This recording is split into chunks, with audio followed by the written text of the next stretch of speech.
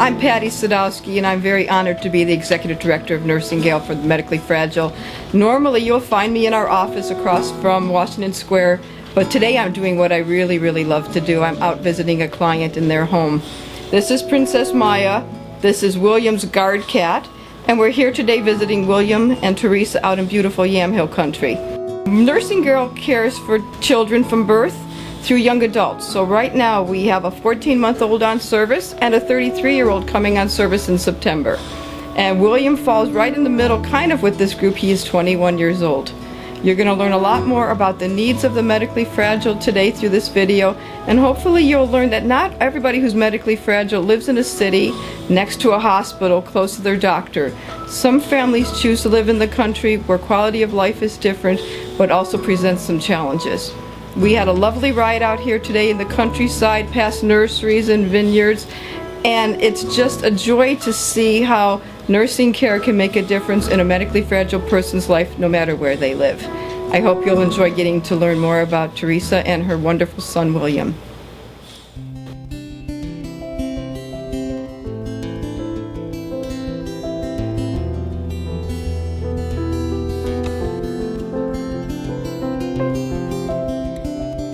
I'm Teresa Cody, and I am William's mom.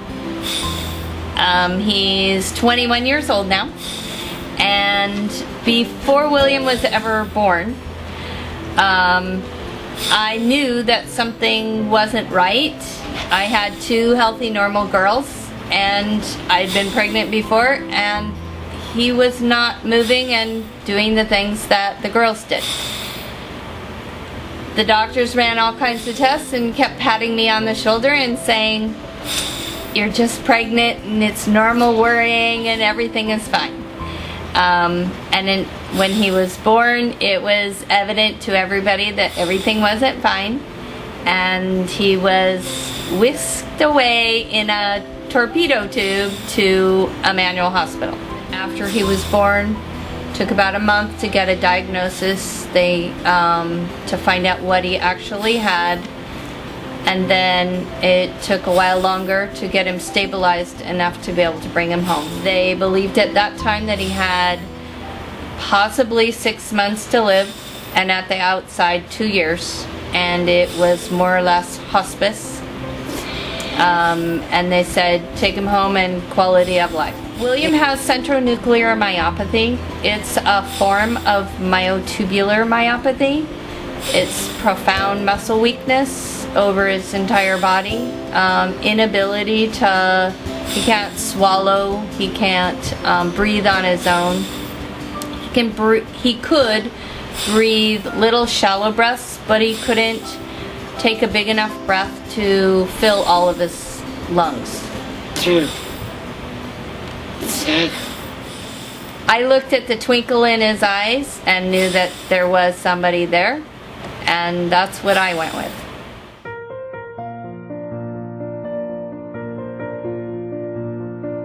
When people meet William, I want them to be able to see past what they see, listen to what he is saying, and see the person that he really is, not everybody's perspectives.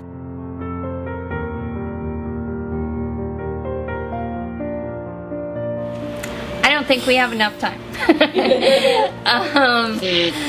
William is a genius. He loves cooking, and he's seen so many cooking shows. He's an incredible artist. He used to be able to paint and draw and color. He's helped people make knitting projects and hats and combining colors and textures. He's got a definite knack for it.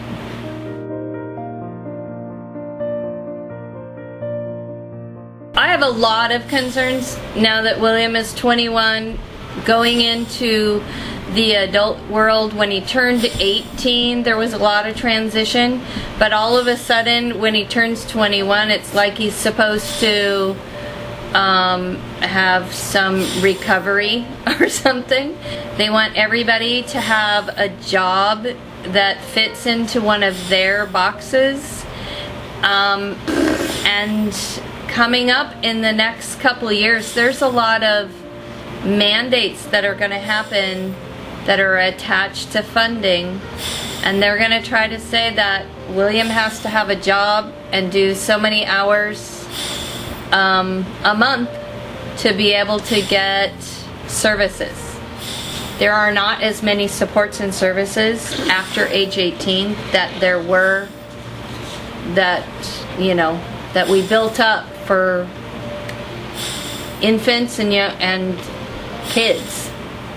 So the adult world is not really ready for these profoundly medically fragile kids.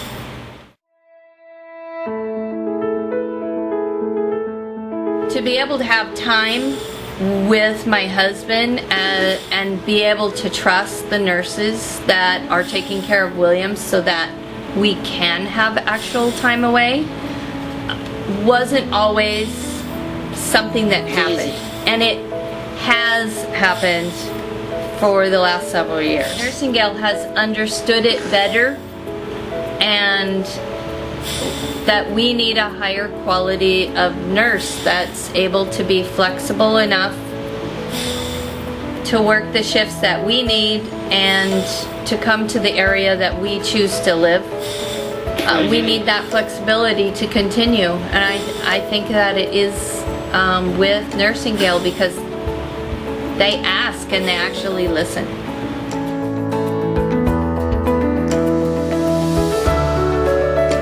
Make sure that we're supporting all of his joints for his very fragile bones. We have to make sure that his trach stays secure and doesn't pop off during the transfer, and his ventilator tubing comes with us. And most of all, tell him what we're doing and go slow. Yep, because he's in control.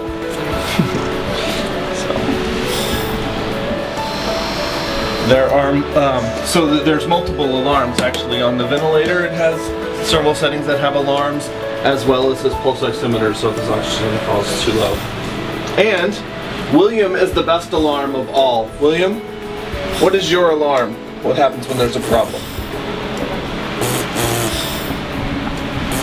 That is the best one of all.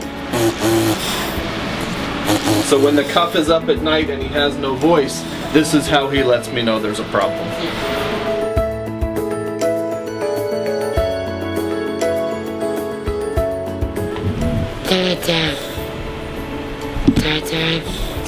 He likes to have guy time,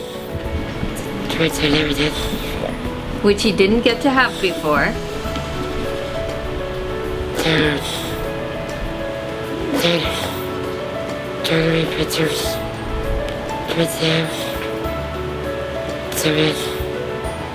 The baby, the fever,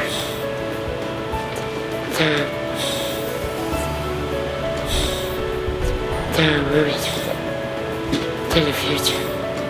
So William is looking forward to getting to color more and going to a few more movies with Mike. Yeah.